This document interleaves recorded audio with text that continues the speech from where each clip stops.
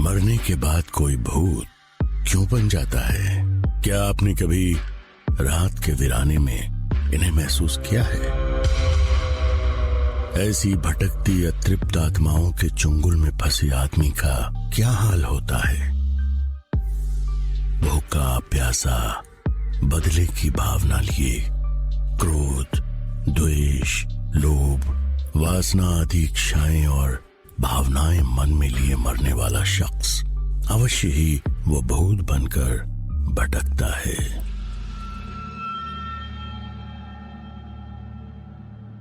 इंसानी दुनिया के परे भी एक अदृश्य दुनिया है, लेकिन इंसान अपनी लालच, खुदगर्जी और खुद को मॉडर्न दिखाने की होड़ में उस दुनिया से टकराने की नासमझी कर ही लेता है। गांव के सभी लोगों के मना करने के बावजूद भी उस भूता हवेली के नए नए मालिक बने प्रभात और नीलिमा। अपनी पहली रात गुजार रहे थे और अब सोने की तैयारी कर रहे थे।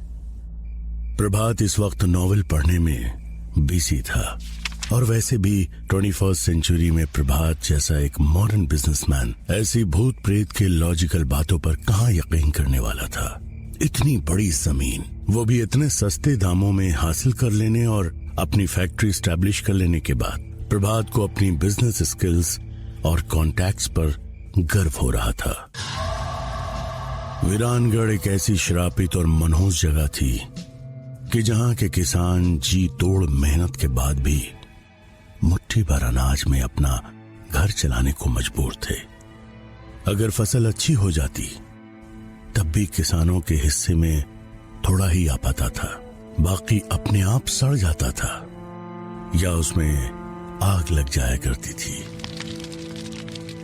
उस गांव के राज बाहर की दुनिया में उजागर करने वाला आज तक कोई भी सही सलामत बचा नहीं।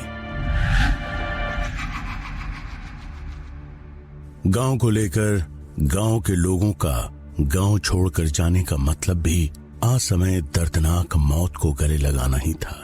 मिस्टर भारद्वाज उस फैक्ट्री की जमीन के साथ साथ ही अब वीरानगढ़ के उस रहस्यमय हवेली के भी मालिक बन चुके थे। उस हवेली के हर कमरे में बड़े बड़े झूमर लगे हुए थे। तलवारें और ढाल दीवारों पर जहां तहां टंगी हुई थी। उसे बनाने में ज्यादातर काले पत्थर का इस्तेमाल हुआ था और लगता था कि वो कोई पुराना राजमहल था। वहां के माहौल में मनहूसियत ही मनहूसियत फैली हुई थी। वो शानदार हवेली जो बरसों से बंद पड़ी थी, किसी शमशान की तरह वीरान लग रही थी। 100 से ज्यादा कमरों वाली उस हवेली में सैकड़ों राज दफन थे। प्रभात, क्या तुम्हें नहीं लगता कि यहाँ सब कुछ बहुत अजीब है? मैंने गांव वालों के मुंह से भूत प्रेत की बातें सुनी हैं। मुझे बहुत डर लग रहा है। नीलिमा ने अपने पति से कहा। हंसते हुए प्रभात ने कहा, नीलिमा, तुम कब से इन दक्यानूसी बातों को सच मानने लगी? इस गांव के सभी लोग अजीब हैं। उनकी बात छोड़ो। We are modern people, and how can we believe in such superstitions? हम इन गांव वालों की तरह कम पढ़े लिखे और पिछड़े हुए नहीं हैं। देखो, हमारी फैक्ट्री भी बिना किसी प्रॉब्लम के स्टार्ट होने को है। हवेली की सफाई भी हो चुकी है। फिर भी तुम क्या बेकार की बातों के पीछे पड़ी हुई हो? क्या तुम मुझे ये नॉवेल पढ़ने दोगी और ये फालतू की बातें सोचना बंद करोगी? I think you need rest, okay?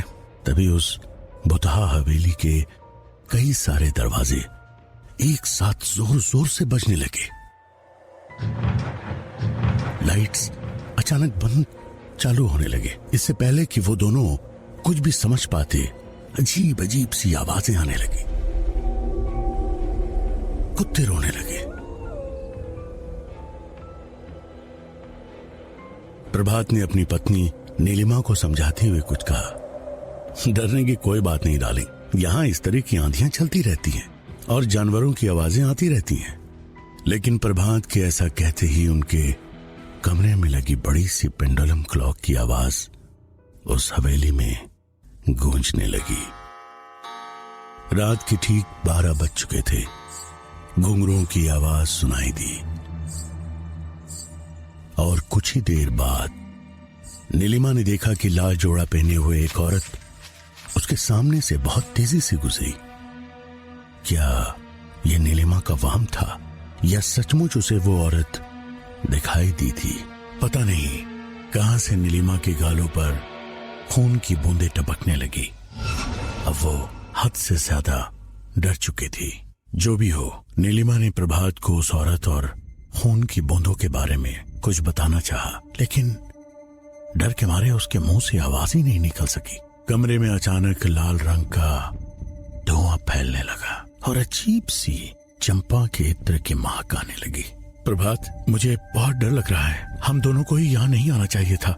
घबराई हुई नीलिमा ने अपने पति का हाथ पकड़ते हुए कहा। कमरे का टेम्परेचर अचानक से बहुत कम होने लगा। ये इत्र की खुशबू और ये धुआं सब कहां से आने लगा? अचानक इतनी ठंड क्यों लगने लगी है? यहाँ कुछ तो गड़बड़ है, मेरा दिल बैठा जा रहा है, नीलिमा ने आगे कहा। हवेली में लगी हुई तस्वीरों के आगे रखी कैंडल्स अचानक से जलने लगी और फिर अचानक प्रभात के हाथ में जो नॉवेल था उसमें भी आग लग गई। ओह गॉड, शिट! प्रभात हड़बड़ाया। अब डर का एहसास प्रभात को भी हो रहा था। कमरे में अचानक कुछ लोगों की जोर जोर से हंसने और रोने की आवाजें एक साथ आने लगी। इससे पहले कि वो दोनों एक्ट कर पाते, उनका वो किंग साइज बेड गोल गोल घूमता हुआ ऊपर सीलिंग से जा टकराया और टूट गया।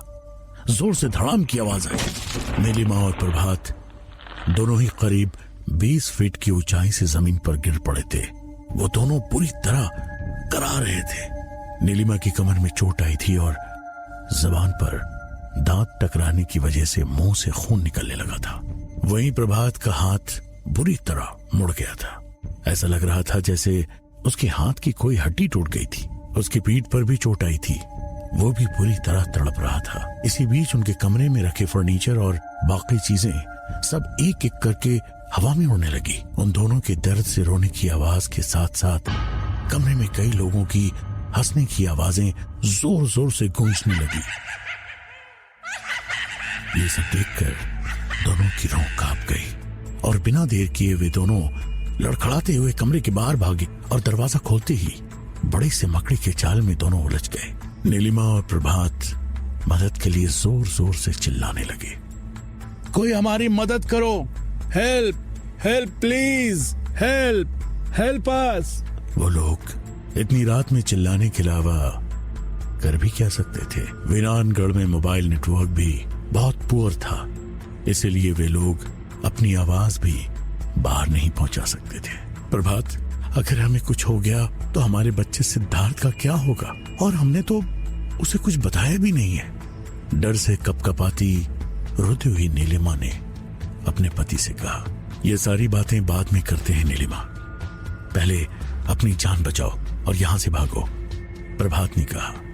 वे लोग जैसे तैसे उस डरावनी हवेली के बाहर निकले। वहां पर उन्होंने देखा कि सामने गार्डन में सफेद और उजले कपड़े पहने हुए एक लंबे बालों वाली औरत एक छोटे से बच्चे को गोद में लिए घूम रही थी। वो बच्चा बुरी तरह से रो रहा था। अरे अरे कोई हमें बचाओ, यहाँ सचमुच भूत है। Somebody please help us! प्रभात भी जोर जोर से चिल्लाने लगा। इससे पहले कि वो दोनों हवेली छोड़कर बाहर निकल पाते, हवेली का चैनल गेट दोबारा से लॉक हो चुका था। ये सब देखकर नीलिमा और प्रभात का कलेजा मुंह को आ गया था। उनका गला सूख चुका था, वे पसीने से तरपतर हो चुके थे। तभी अचानक से ऐसा लगा जैसे किसी अदृश्य शक्ति ने उन्हें जोर से अंदर की तरफ घसीटा हो। दोनों की दिल दहलाने वाली आवाज हवेली में गूंज गई और फिर वो आवाज धूमिल होकर शांत हो गई। अगले दिन जब सुबह हवेली का दरवाजा सभी को दोबारा से एक बार बंद दिखाई दिया और प्रभात और नीलिमा भारद्वाज बाहर दिखाई नहीं दिए, तो गांव वालों को बीती रात वहां क्या हुआ होगा इसे समझने में बिल्कुल देर नहीं लगी। उनके मैनेजर मिस्टर बजाज के दिमाग ने तो काम करना ही बंद कर दिया था। वो एक लॉयल और डेडिकेटेड पर्सन थे। उनकी काबिलियत पैसों की मोहताज नहीं थी। उन्होंने प्रभात को मना भी किया था इस हवेली में रहने से, पर प्रभात नहीं माने। और अब हश्र ये हुआ कि उनका कोई